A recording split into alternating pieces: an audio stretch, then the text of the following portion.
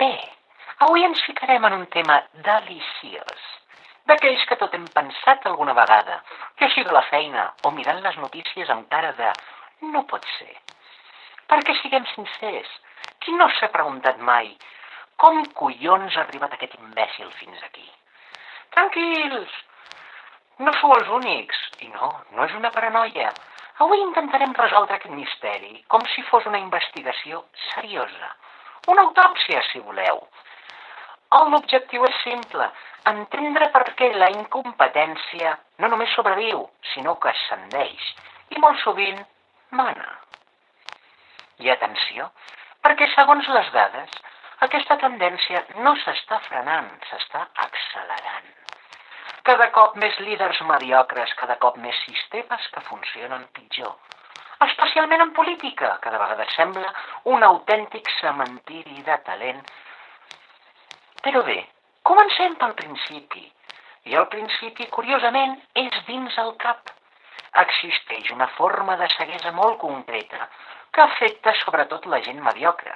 I té nom científic, l'efecte Dunning-Kruger. Què vol dir això? Doncs que les persones amb poques habilitats sobrevaloren massivament la seva capacitat. No és que siguin dolentes, és pitjor, és que no tenen les eines mentals per adonar-se que ho són.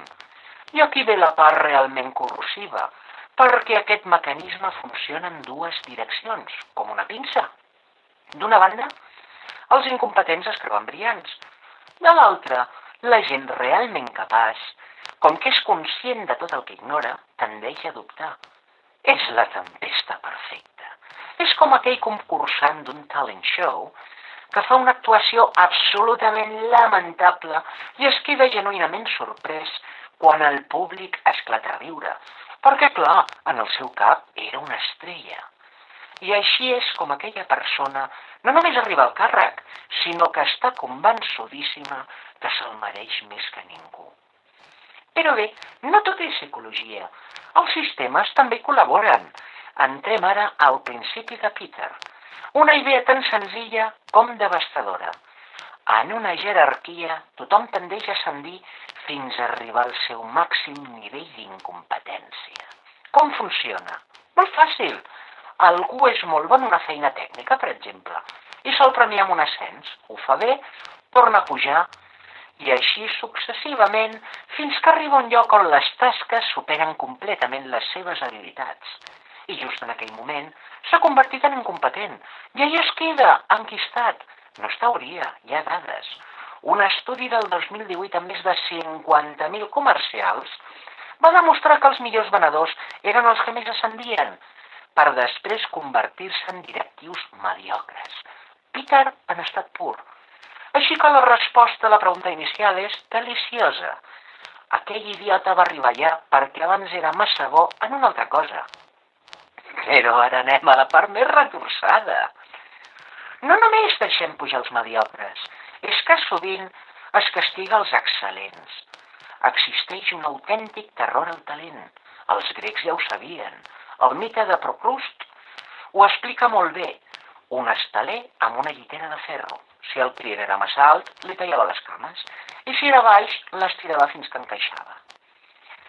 A les organitzacions modernes, el llit de Procrust és el cap mediocre, que boicoteja qualsevol persona brillant per por que li faci ombra. Hi ha un proverbi japonès que ho resumeix perfectament. El clau que sobresurt és el que rep el martell. A la política, això evidentment és esport nacional. Qualsevol que destaca massa és neutralitzat amb rapidesa quirúrgica. I ara, per què no ho juntem tot? La ceguesa del mediocre, l'escala cap al fracàs, el càstig del talent, i que obtenim un món dissenyat perquè la mediocritat prosperi. I ho veiem fins i tot a la cultura popular. Mirem els vídeos més vistos de la història de YouTube.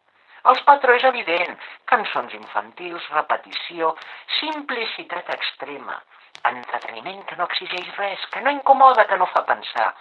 Hem arribat a un punt on celebrem el que no demana esforç. Però la part més greu no és la cultural, sinó la institucional.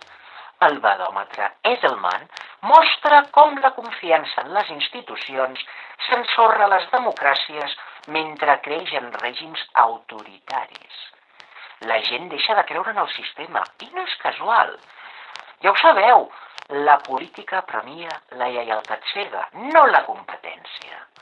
Les burocràcies s'omplen de titulats buits, mentre que les universitats prefereixen el gestor obedient abans que el pensador incòmode. I els líders, els líders silencien qualsevol amenaça. Arribats aquí, la pregunta és inevitable. Val la pena lluitar contra aquesta marea? Perquè no hi ha solucions màgiques, ni revolucions instantànies. Aleshores el que ens queda és una lluita personal discreta i incòmoda.